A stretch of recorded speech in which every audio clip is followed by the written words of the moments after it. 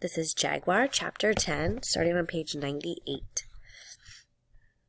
I spent the next day practicing different maneuvers in the Morpho with Buzz watching. That evening, he and Silver drove off in the Land Rover on what Buzz called a secret mission. They didn't get back until late. The next morning, Buzz announced that we were going to play hide and seek. What do you mean? Simple, he explained. Last night, we scattered half a dozen radio collars around the countryside. You are going to find them with your receiver and the global positioning system. When you get the collar's position, radio it to me and I'll verify it and give you the frequency of the next collar. I took off. When I got 2,000 feet, I leveled out and entered the number of the first collar on my receiver. As I flew in slow, wide circles, I listened carefully for the collar's signals. Halfway through the loop, I heard a very faint beep, beep, beep, as the antennas picked up the signals. All I had to do now was to follow the beeping until I thought I was over top of it.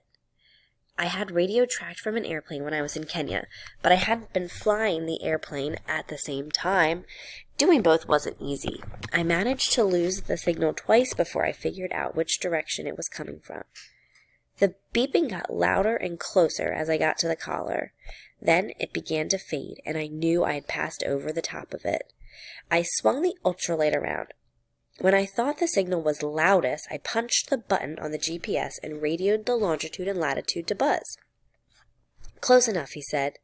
He gave me the frequency of the next collar. It took me the rest of the day to find the remaining collars. I had to fly back to the warehouse 5 times and refuel. That evening, Silver offered to collect the collars and hide them by himself. Buzz gratefully accepted. His leg had been bothering him all day from bouncing around in the Land Rover the night before. Buzz and I hit our bunks pretty early, but for some reason I couldn't fall asleep.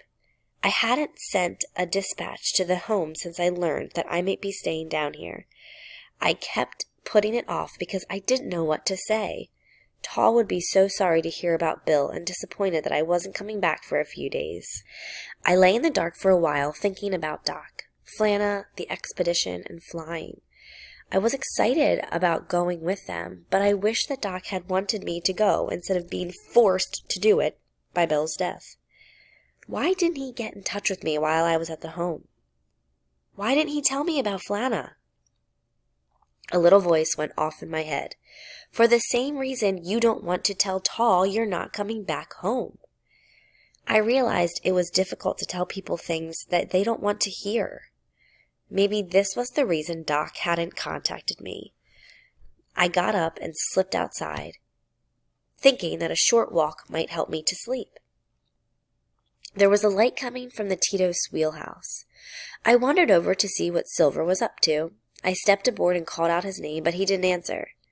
I climbed the steep stairs to the wheelhouse. He wasn't there, nor was Scarlet, but the door to his cabin was slightly ajar.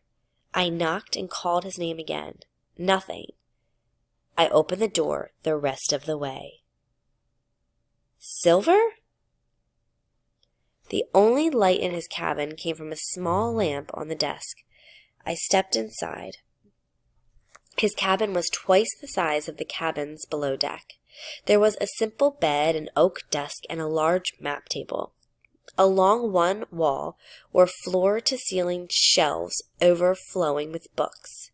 I was happy to see them, and I hoped he would let me borrow a few for the long trip up the Amazon. He had some of the same books about explorers I had read back at the home. He also had books on history, animals, and several works on the indigenous people of the Amazon. Some of the volumes looked very old with tattered leather covers. I pulled one out and looked at the yellow pages. It was written in Portuguese. I was going to pull another book off the shelf when it occurred to me that Silver might not want me snooping around his private quarters. I decided I better get out of there, but I was turning to leave. A framed photos above Silver's desk caught my attention. I went over for a closer look. A much younger version of Silver looked out from the photos. He had dark, close-cropped hair, was wearing military fatigues. The photo must have been taken during the Vietnam War. There were other soldiers in the photo with Silver, probably buddies of his in the same platoon. Below the photos were several color snapshots of Silver playing with a young Indian boy. The boy was about 2 years old. Silver was smiling in every shot and seemed to be really happy. I heard a noise behind me. Before I could turn around, someone shoved me into the bookshelf, then grabbed me and slammed me down on the floor. I caught a glimpse of his face in the dim light. He had a small scar on the left side of his face. That's the last thing I remember before I blacked out. I don't know how long I was out, but when I came to, I was still on the floor and Silver was kneeling next to me. I had a splitting headache and my vision was fuzzy. I started to sit up, but Silver gently pushed me back, down. You better stay where you are for a minute. What happened? Looks like we had a little break-in. How many were there? Just one, I think. Did you happen to see what he looked like? Not really. It was pretty dark. I think he had a scar on his face. Silver nodded. Can you sit up? Real slow? He helped me into a sitting position. The room spun around, and it was all I could do not to throw up. You must have disturbed his little party. I look around the room. It was a mess. The mattress on Silver's bed had been shredded. Every book was pulled off the shelf. All the drawers had been opened and dumped on the floor. I took a deep breath. I didn't disturb his party, I admitted. He disturbed mine. I explained what I had been doing in his cabin and apologized for going in there without asking. Silver didn't seem upset. Did he take anything? I asked. Nothing important. Do you think you can stand? He helped me to my feet and assisted me out into the wheelhouse. Where the light was better. That's quite a bump, he said, looking at the back of my head. I'll be all right. Do you need some help cleaning up? No, I'll take care of it. You need to get some rest. He walked with me to the warehouse, stopping outside the door. Can you make it from here?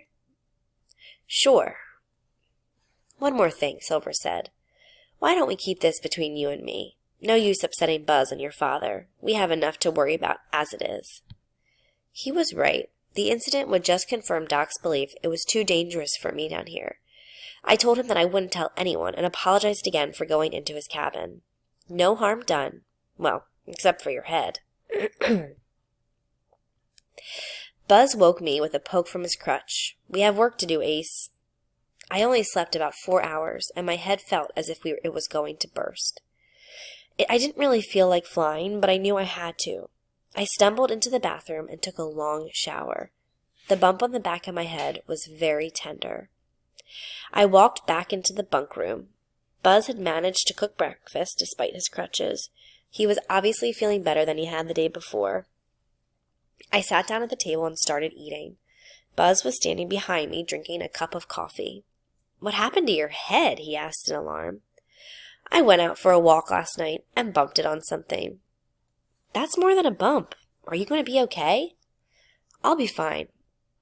Eventually, I thought. Our friend Silver told me he did a great job in hiding those collars last night. It's not going to be as easy today, he warned. Nothing was going to be easy today. I finished breakfast and climbed into the Morpho. Buzz was right. Finding the collars wasn't easy. It took more than 3 hours to find the first 2, and I was flying around trying to pick up the signal from the third collar. A call came in from the radio. Morpho, this is base, Buzz said. Please return immediately. Over. What's up? Over. Just get back here, Buzz said, and you better make the best landing of your life. Over and out. I wondered what was going on. I turned the Morpho around and headed back. From a distance, I saw 4 people standing on the dock. But it wasn't until I got closer that I recognized them. Buzz, Silver, Flana, and my father. I hadn't expected Doc and Flana to be back so soon. I wondered if they meant they hadn't gotten the expedition permit.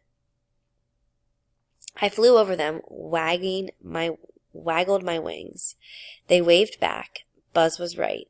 I needed to make a perfect landing. Otherwise, Doc might call the whole expedition off.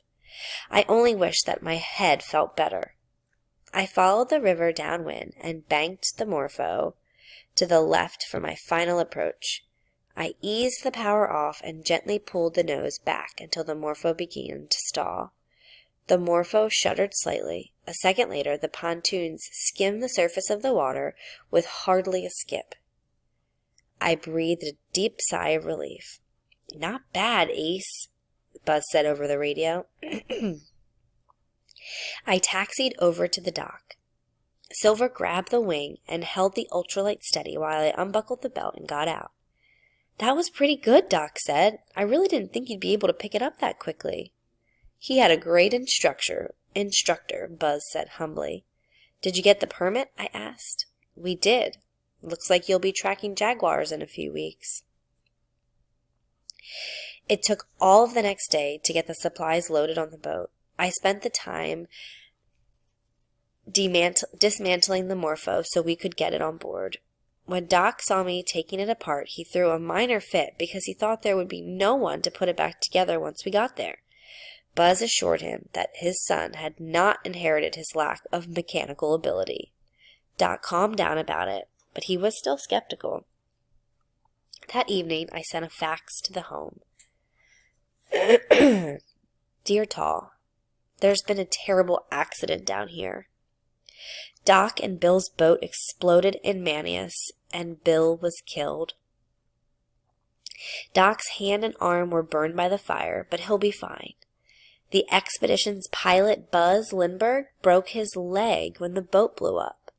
They've asked me to fly the airplane they're using to track the jaguars, at least for the time being.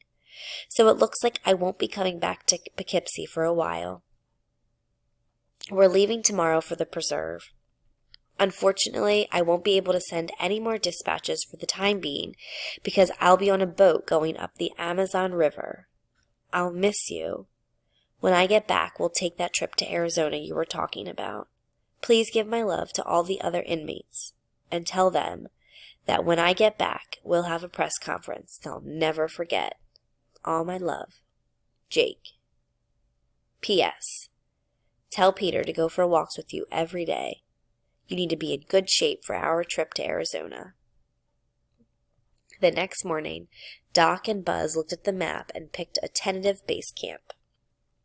"I'll bring Wolcott up there in a couple of months," Buzz said. He turned to me. "And Jake, you better take good care of my baby." I told him I would.